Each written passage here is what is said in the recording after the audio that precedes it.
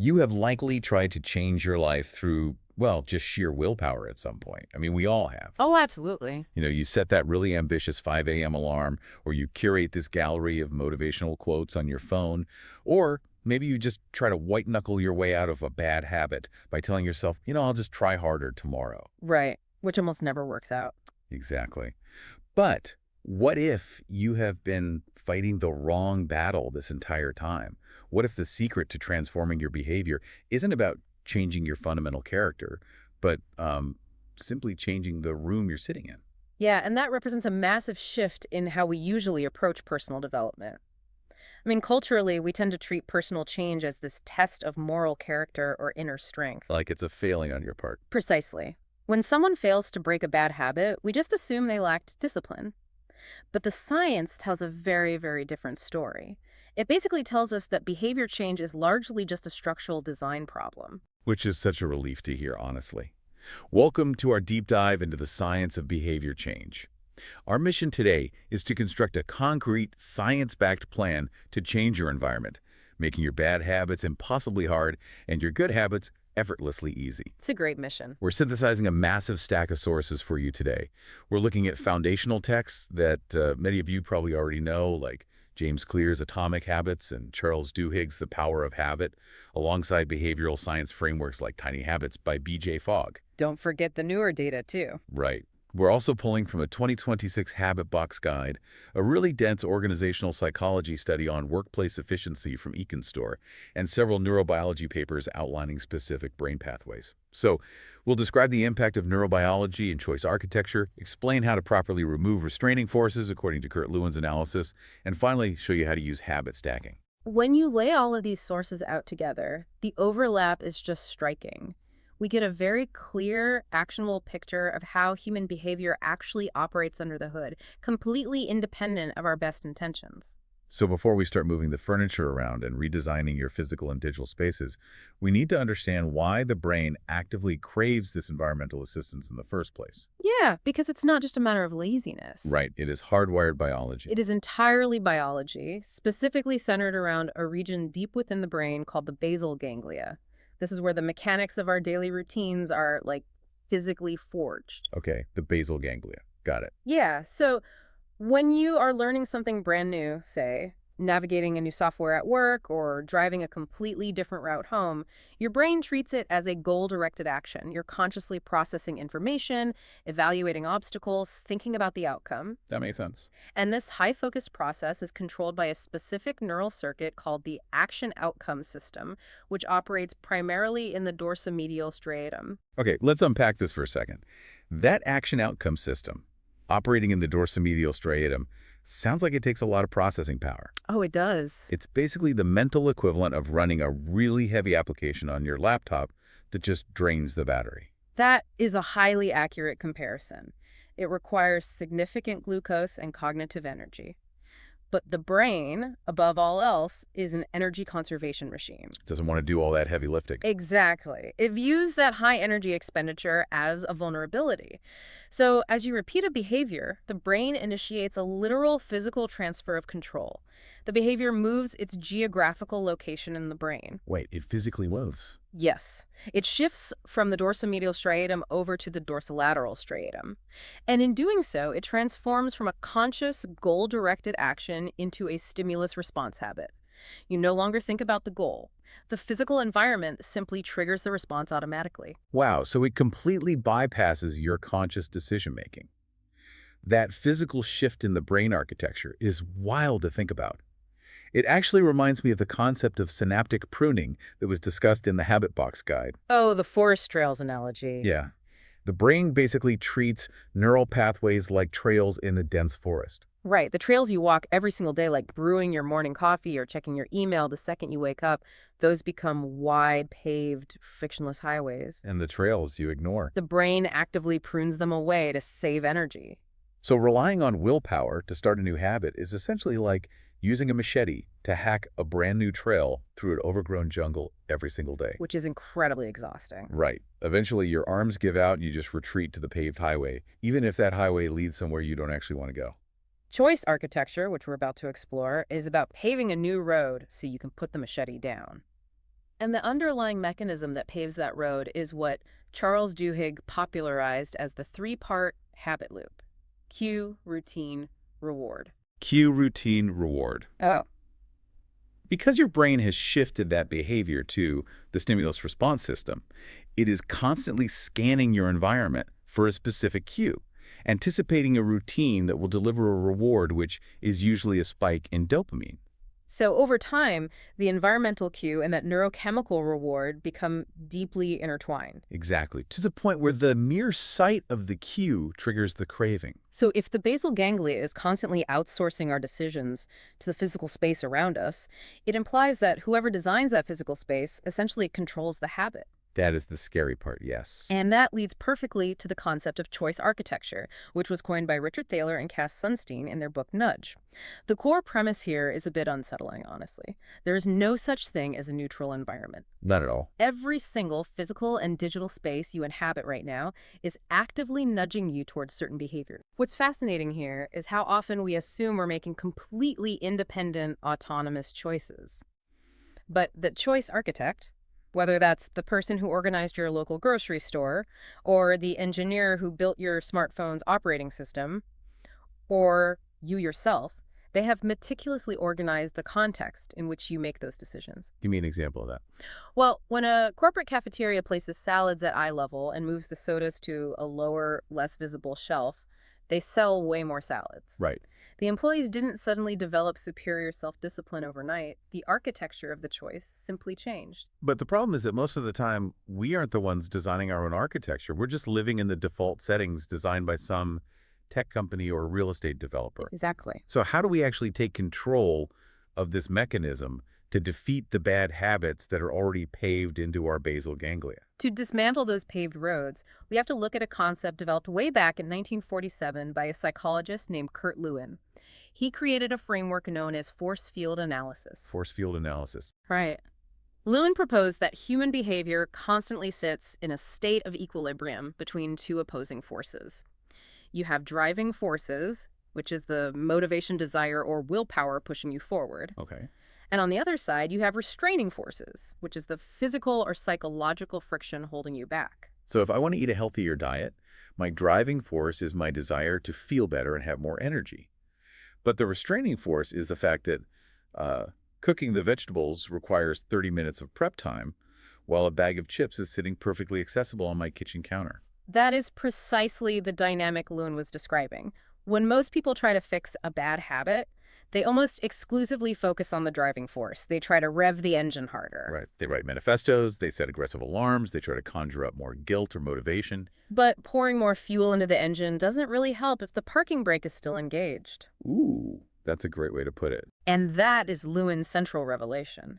It is infinitely more effective and requires far less energy to simply remove the restraining forces for your good habits, or deliberately add restraining forces to your bad ones. Because increasing the driving force just creates psychological tension. You're just pushing harder against a concrete wall. But if you remove the wall, the behavior flows naturally. Exactly. The ultimate proof of this, which always staggers me, is the famous candy dish experiment. Oh, this one is wild. Right. Brian Wansink conducted this in 2006 with 40 secretaries. They placed chocolates in their offices and manipulated two seemingly insignificant variables over 4 weeks.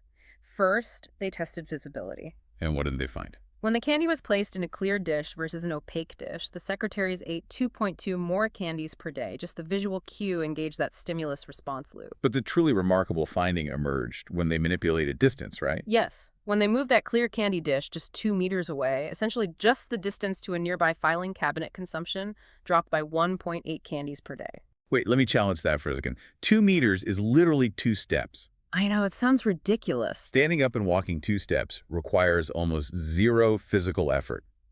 How does a 2-meter shift eliminate thousands of empty calories over a year? Because it isn't about physical exhaustion, it is about cognitive interruption. Okay, explain that. When the dish is on the desk, grabbing a candy is a frictionless stimulus response reflex. The basal ganglia handles it. When you move the dish 2 meters away, you introduce a tiny amount of restraining force. You have to actually stand up. Right. That minor physical friction is enough to break the automatic loop. It forces the brain to shift the decision back to the dorsomedial striatum, the conscious, goal-directed system we talked about. Ah, so in the 3 seconds it takes to stand up, your brain has to consciously ask, do I actually want this candy? Exactly. And very often, the conscious answer is no.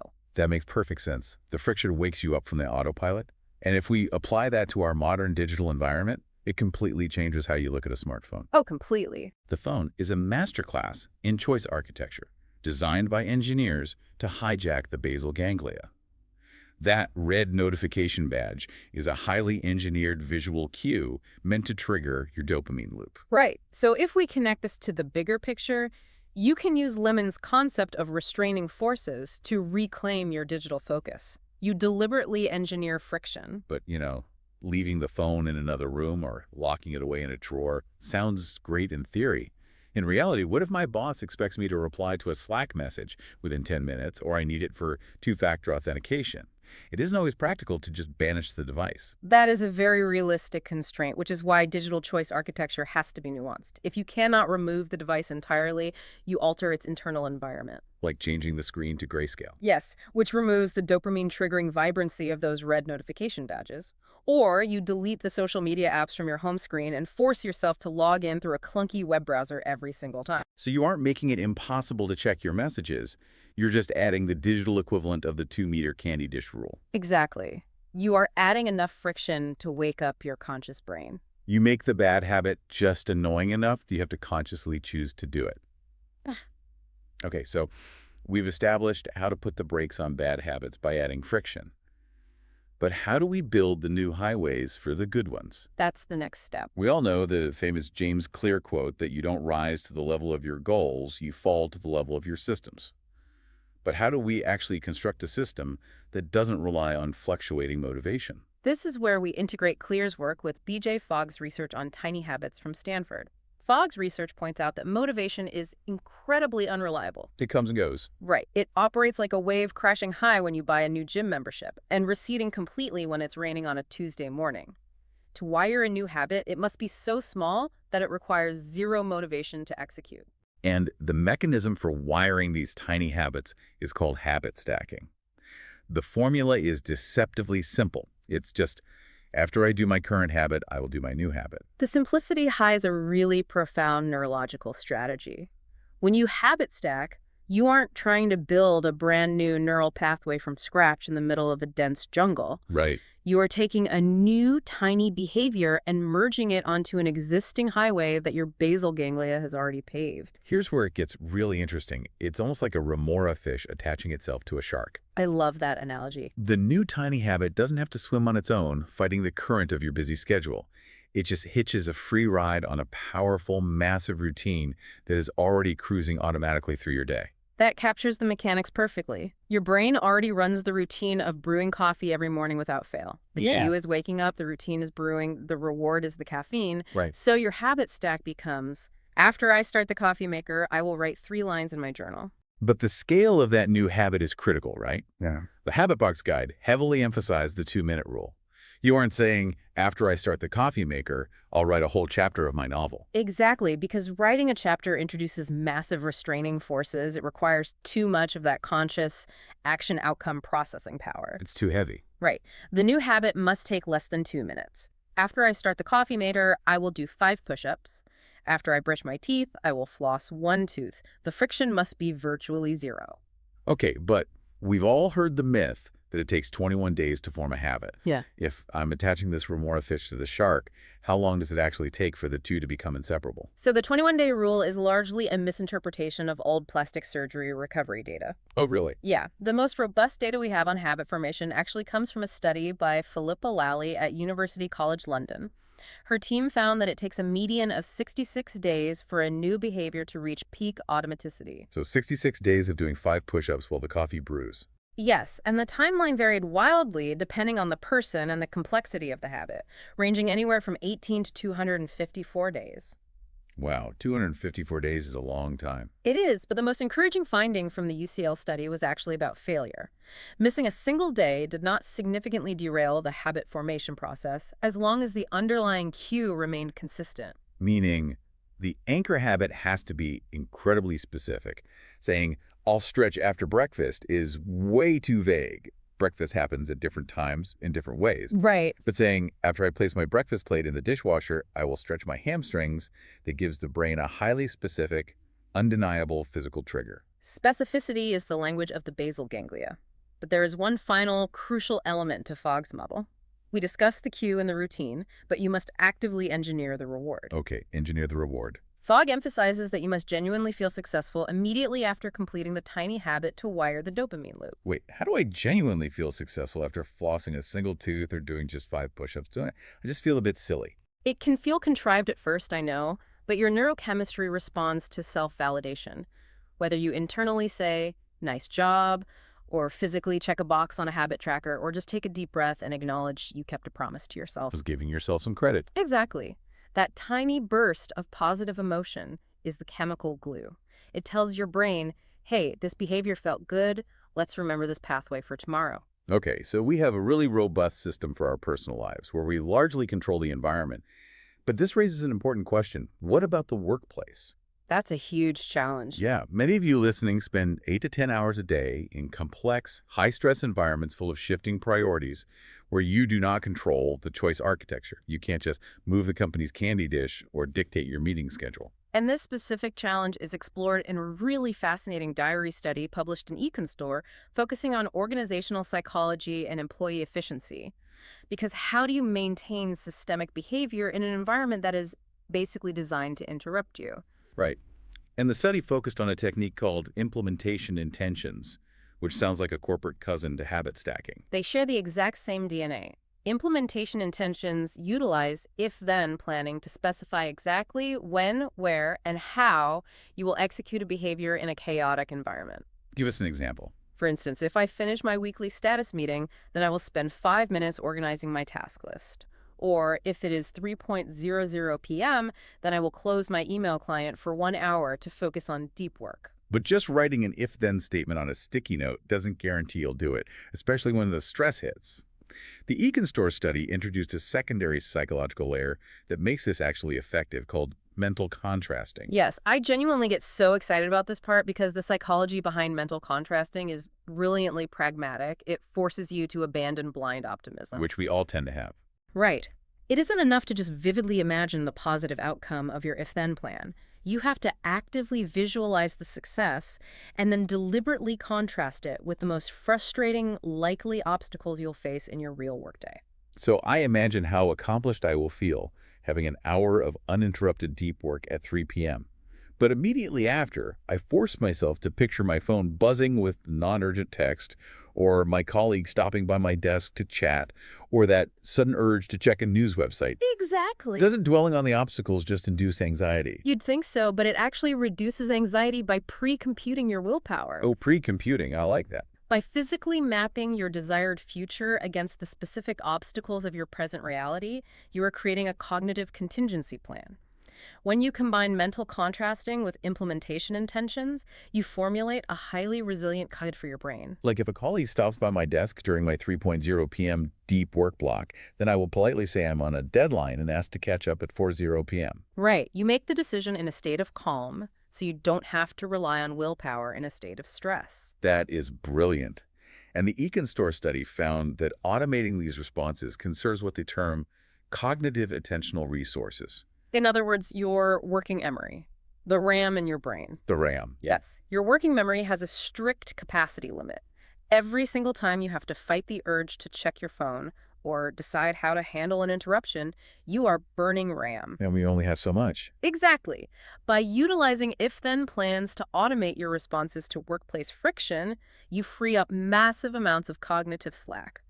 The study demonstrated that this cognitive slack leads directly to higher daily work engagement and vastly accelerated goal progress. So you aren't necessarily working harder. You have just removed the cognitive friction of constant decision-making. Exactly the point. So what does this all mean for you listening? Look at your own day, right now. Think about your specific work environment. What is one tiny point of friction, a bad habit that derails your focus, or an interruption that drains your energy that you could solve today by drafting a simple if-then plan? It all comes back to recognizing your agency as a choice architect. To change your life, you don't need a fundamental overhaul of your character. You don't need to wake up tomorrow as a person with superhuman discipline. Which is a huge relief because relying on discipline is a losing game. You simply need to engineer your spaces. You clear the restraining forces by adding 2 meters of distance to your vices. You stack tiny 2-minute behaviors onto the cues that already exist in your routine. And you pre-compute your willpower for those chaotic moments. It really is about changing the room, not changing yourself. And as we wrap up today's deep dive, I want to leave you with a final unmentioned concept from James Clear's work that ties all of this together perfectly. It's called the plateau of latent potential. This is a great visualization. Imagine you're sitting in a room, and on the table directly in front of you sits a single ice cube. You can see your breath in the air. It's cold. The room is currently, say, 25 degrees. Right, well below freezing. Slowly, you start to heat the room. 26 degrees. 27 degrees. 28 degrees. And the ice cube does absolutely nothing. Nothing at all. You are putting in all this effort. You're redesigning the environment, changing the temperature.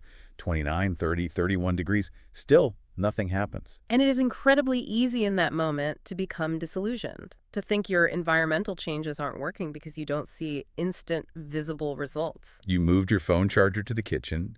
You successfully stacked a tiny journaling habit to your morning coffee for a whole week, and yet your life doesn't look radically different. But the energy from those changes is actively accumulating in the system. Right. And then you hit 32 degrees, the ice begins to melt. A 1-degree shift, seemingly identical to all the temperature increases that came before it, suddenly unlocks a massive state change. It's just a matter of time. So what if the tiny, mundane environmental tweaks you are making in your room today are not failing, but are secretly storing up latent potential energy, just waiting for that breakthrough moment?